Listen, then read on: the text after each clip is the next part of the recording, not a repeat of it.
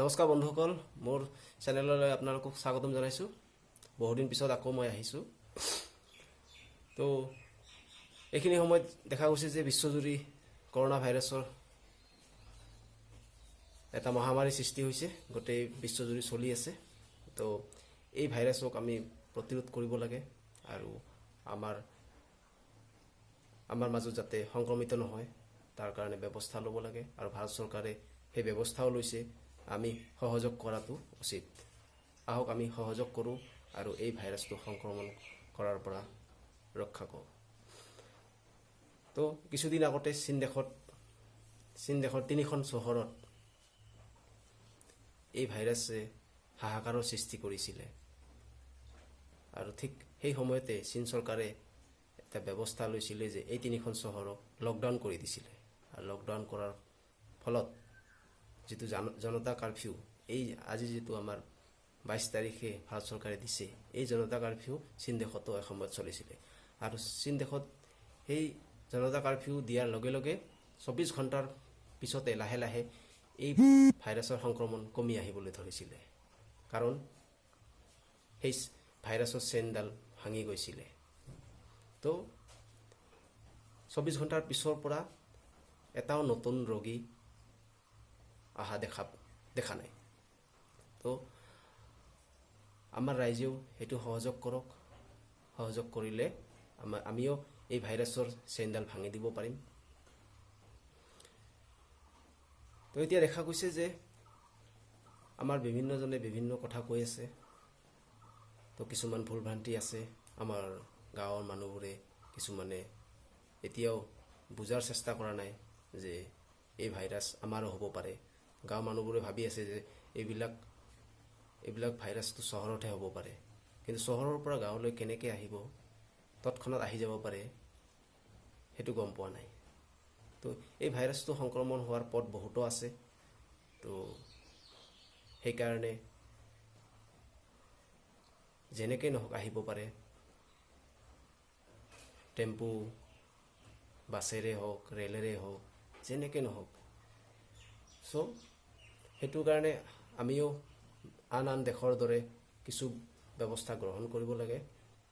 যিদৰে বাহিৰা দেশত কিছু ব্যৱস্থা গ্ৰহণ কৰিছে, যেনেকৈ ইটালীৰ দৰে দেশে আজি ৰাস্তা ঘাটত মানুহ নাইকিয়া হৈ গৈছে। দৰ্জা খিৰিকী বন্ধ কৰি সকলোকে সোমাই থাকিবলৈ দিয়া হৈছে, নিজৰ নিজৰ ঘৰত সোমাই থাকিবলৈ দিয়া হৈছে।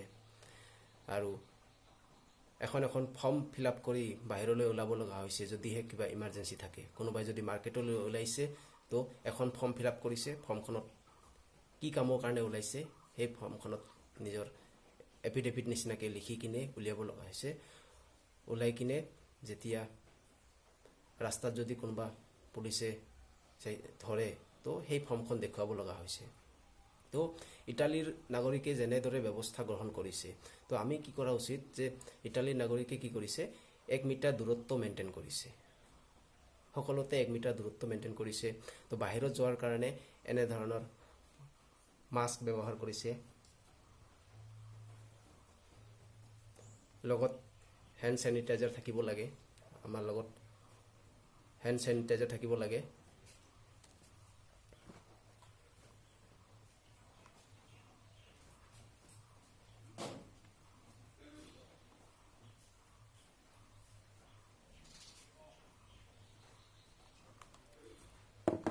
আমাৰ লগত হেণ্ড চেনিটাইজাৰ থাকিব লাগে। তাৰপিছত বাহিৰত যোৱাৰ কাৰণে মাস্ক, হাতত গ্লভছ, হেণ্ড চেনিটাইজাৰটো ঘৰত থাকিলেও হ'ব, কিন্তু লগত থকাটো ভাল এটা। আমি ধৰি লওক আমি বজাৰলৈ গৈছোঁ, ছুপাৰ মাৰ্কেটলৈ গৈছোঁ বা শ্বপিং মললৈ গৈছোঁ। শ্বপিং মললৈ যাওঁতে সকলোৱে 1 মিটাৰ দূৰত্ব মেইনটেইন কৰিব লাগে। লিফ্টত উঠা বন্ধ কৰিব লাগে, কাৰণ লিফ্টত কিছুমানে মই কিছুমান ভিডিঅ' দেখা পাইছোঁ, কিছুমানে দিছে যে লিফ্ট ব্যৱহাৰ কৰিলে এনেকৈ চুইচটো টিপিব নালাগে, এনেকৈ এইটোৱে দিব লাগে। তো কিন্তু ছুইচটো টিপতে এইটো নিটিপিলে, এনেকৈ দিলে, কিন্তু আচলতে কি হ'ল, ইয়াতেতো থাকিলেই। তো আমি কি কৰিব, লিফ্টটো বন্ধ কৰিব পাৰোঁ, কাৰণ এইটো আৰু এইটোতো কৰিলোঁ, কিন্তু ভিতৰৰ লিফ্টতটো 1 মিটাৰ ডিষ্টেঞ্চ মেইনটেইন কৰা নহ'ব। তো তাৰ কাৰণে লিফ্টত উঠাই বন্ধ কৰিব লাগিব, যাতে 1 মিটাৰ দূৰত্ব মেইনটেইন কৰিব পাৰোঁ। তাৰপিছত আমি চিৰিৰে উঠিলে, ক'ৰবাত যদি চিৰিৰে উঠোঁ, তো আমি চিৰিৰ দুই কাষে যিটো ধৰা থাকে ছাপৰ্ট থাকে, তো যাতে দুইফালে কোনোফালে টাচ নকৰি চিধা পোনে পোনে খোজকাঢ়ি যাওঁ, উঠি যাওঁ, নামি আহিব পাৰোঁ, সেইটো ব্যৱস্থা কৰিব পাৰোঁ। তাৰপিছত আমি বাহিৰত, যেতিয়া আমি ঘৰৰ পৰা বাহিৰত ওলাম, বাহিৰত ওলালে যিখিনি কাপোৰ পিন্ধিম, সেই কাপোৰখিনি বাহিৰৰ পৰা ঘূৰি অহাৰ লগে লগে বেলেগ এটা ৰুমত ৰখাৰ ব্যৱস্থা কৰিব লাগে।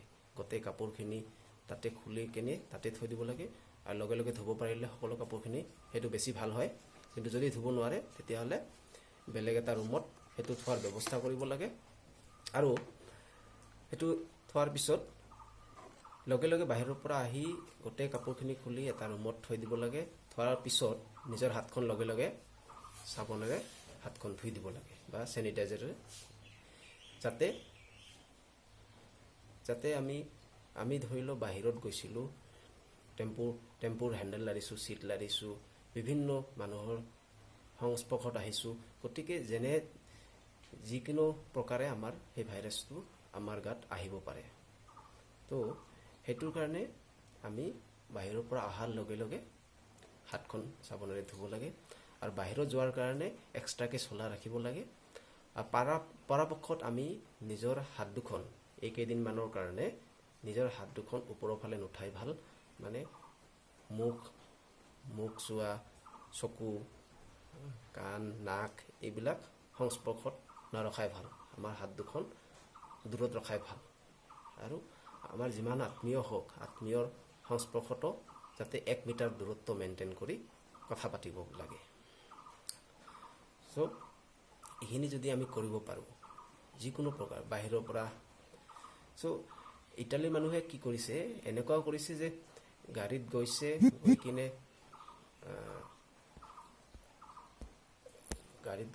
গৈ কিনে আপোনাৰ বজাৰ কৰিছে, বজাৰ কৰি আহি সেই কাপোৰখিনি খুলি কিনে বাহিৰৰ এটা ৰুমতে থৈছে। ৰুমত থোৱাৰ পিছত নিজৰ হাতখন চাবোনেৰে ধুইছে। তাৰপিছত আনকি সেই যে গাড়ীৰ চাবি আছে, চাবিটোতো হাতেদি লাৰিছে, গতিকে চাবি পাতো চাবোন দি ভালকৈ ধুইছে। তো পাৰিলে আমি নিজৰ মোবাইলটোও তেনেকুৱা চেনিটাইজাৰে ধুনীয়াকৈ কাপোৰ এখনেৰে ঘঁহি দিব পাৰোঁ। তো এইখিনি ব্যৱস্থা আমি যদি কৰোঁ, আচলতে মেইন উদ্দেশ্যটো হৈছে যে আজিৰ জনতা কাৰ্ফিউৰ মেইন উদ্দেশ্যটো হৈছে যাতে ভাইৰাছৰ চেইনডাল ভাঙি দিয়া।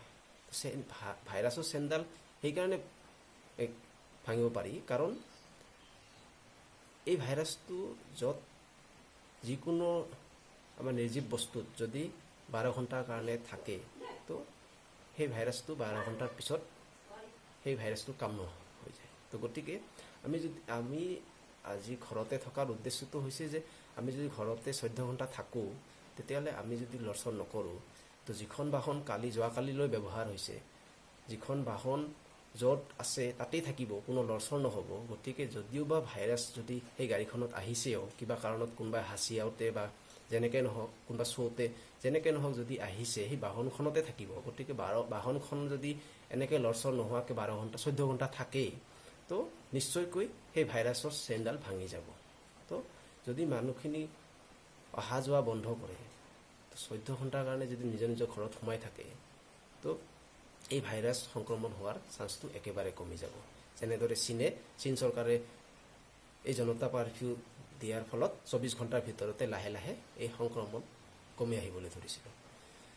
তো সকলোকে অনুৰোধ, যাতে সকলোৱে নিজৰ ঘৰত থাকে, আৰু কোনেও যাতে ভুল বুজাবুজিত নাথাকে যে এইবিলাক চহৰৰ বস্তু গাঁৱত নহয়, কম বয়সৰ ল'ৰা ছোৱালীৰ হয়, বুঢ়া 60 বছৰৰ ওপৰৰ হয়, এইবিলাক যাতে ভাবি নাথাকে। সকলোৰে কাৰণে এই ভাইৰাছটো বিপদজনক। গতিকে বন্ধুসকল, সকলোকে অনুৰোধ, সকলোৱে যাতে সুৰক্ষিত হৈ থাকে, আনকো সুৰক্ষিত কৰি ৰাখে।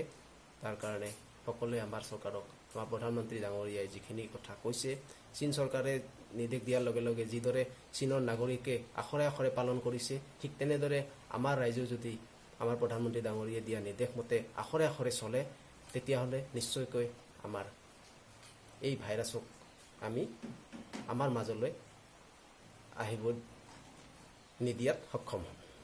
তো ধন্যবাদ।